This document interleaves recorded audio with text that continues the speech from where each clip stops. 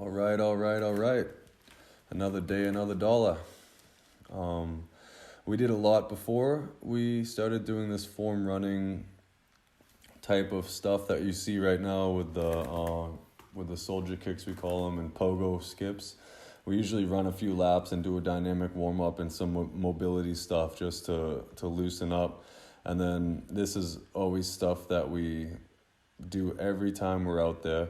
And I don't always record all of it, not even close to all of it, because it's a lot of stuff and it's not that interesting to watch. But it's it's difficult, but it's also very necessary. It's another one of those things where, you're showing up every day, and it's just one of those things that you have to go through to see any progress. And I know that when we're out here, we're not just going through the motions. It's every time we're out here, we're trying to get better and better at it every time.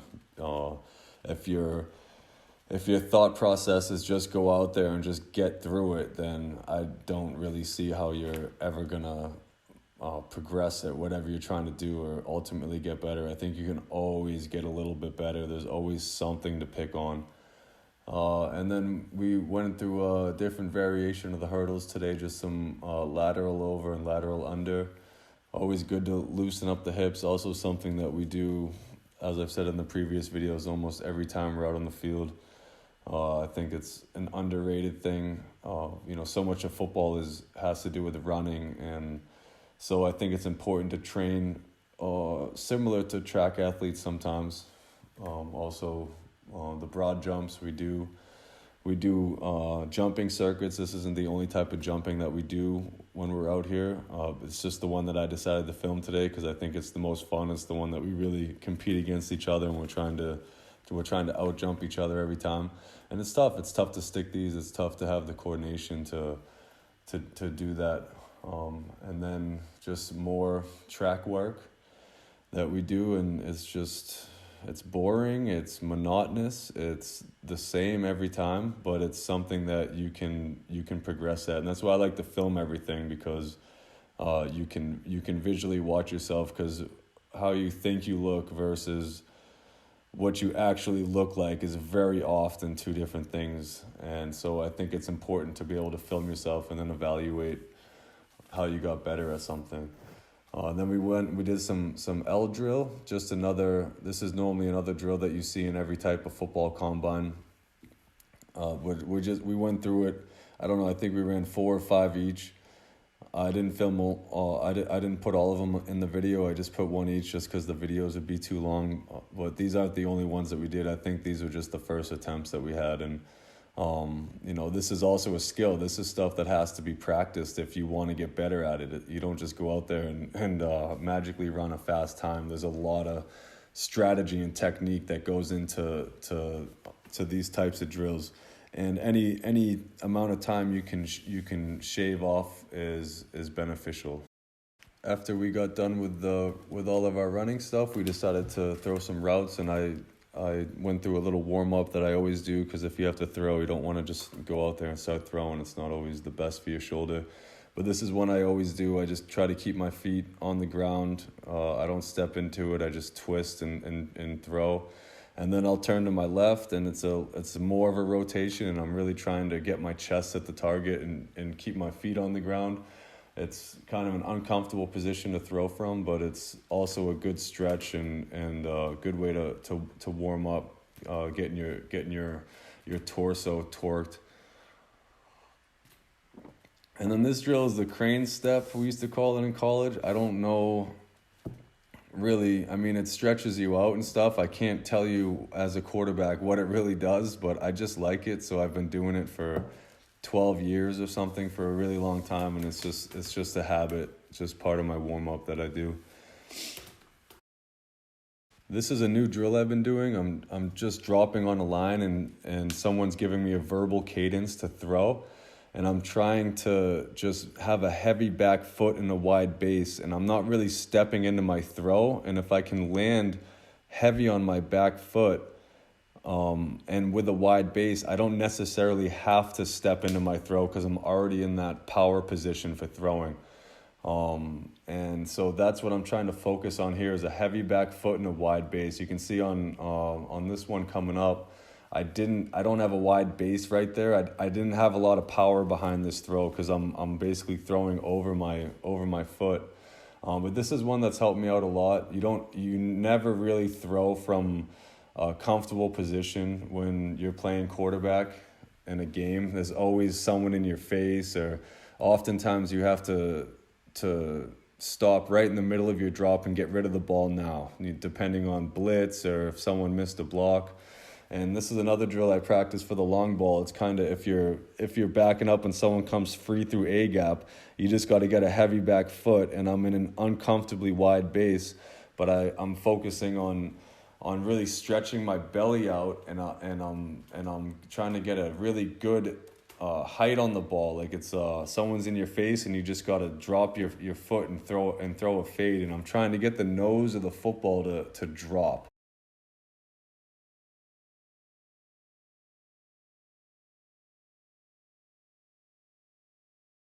After the warm-up, we did some one-on-ones. It's just kind of route conditioning. They're playing light defense on each other, and we're just, working our steps on our routes. And I'm playing under center, which I normally don't do, but when I have no one to snap me the football, I don't like to just stand there and drop the ball to myself and throw it like I'm in shotgun. I prefer to get under center and work on my drops from under center. I played under center most of my life, and I really oftentimes miss the detailed footwork that comes into playing under center. It's a totally different position than playing in shotgun. I think shotgun kind of makes you lazy with your feet sometimes, and it's easier because you're further back from the line of scrimmage, and so you don't have to really worry about dropping fast and getting depth at the same time. So I think it's always important, you see you do a little play action right there. I think it's always important when you're doing these one-on-one periods, if you're at the quarterback position, don't just stand there and take a nice drop and la-di-da. Put yourself in a situation where you're working hard too, and you're trying to get rid of the ball on time. And oftentimes you'll see me pretend to step up into the pocket like I have pressure coming, and you just play games in your head that put yourself in a game type situation in your mind, even though there's no one out there on the field. Everything that we're doing is for game preparation, and once you practice all of the basic stuff, especially a quarterback with the footwork and the drops and stuff, then you have to start to find other ways how to stress yourself, which is why I started doing that drill that you saw earlier when I'm dropping on the line and I'm getting a verbal cadence and I just have to drop my back foot and throw right away. Make yourself uncomfortable. I think that's kind of how you take it to the next level once your base is there and you're looking for a new way to challenge yourself. It's kind of like the receivers are doing right now. It's easy to run a slant or a fade or a comeback one-on-one. One on none if there's no one out there playing defense. But then you put a defender in front of you and it noticeably gets harder. But it's also much, much closer to what you're going to experience in a game. You're not always playing against man coverage in a game, but oftentimes football is about one-on-one and winning against the person that's in front of you. More times than not, that's what's going on. So I think it's important to train that way. And I wish we had more guys out there. It's just Ali and Zimmerman, but they're getting really a good workout in. We're not taking really any time between these reps. They're just walking back, getting a route from me, getting their foot on the line, and I'm snapping the ball. So that was a lot of fun. We did obviously both sides. We worked off man coverage on the right side, and then when we switched sides to the left, we went press. Just because obviously your routes adjust according to if someone's up in your face in the line of scrimmage or if they're playing back a little bit. Everything changes, and that's why you have to practice different types of situations. But yeah, these guys were really going at it, man. Especially we started getting a little competition in at the end, and we were keeping score and stuff. And these guys were going at it. It was a lot of fun. And then at the end, just to finish up, just some easy goal line fades, some timing stuff. We're trying to teach Ali how to run a better angle route. You can see that it's not an easy route to run. He played receiver most of his career, so running routes from the backfield is something that's pretty new for him.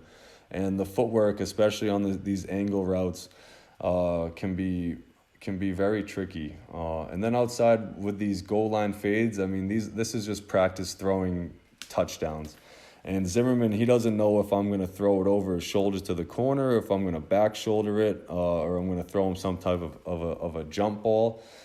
He just has to react to my throw. So I think that's really good practice for him. He does a good job with the foot fire off the line, taking his time, because, you know, more times than not, when you're inside or on the 10-yard line, you're playing against man coverage and someone's up in your face on the line, and you got to work your feet and you got to find a way to get separation so we can fit the ball in there and throw some touchdowns.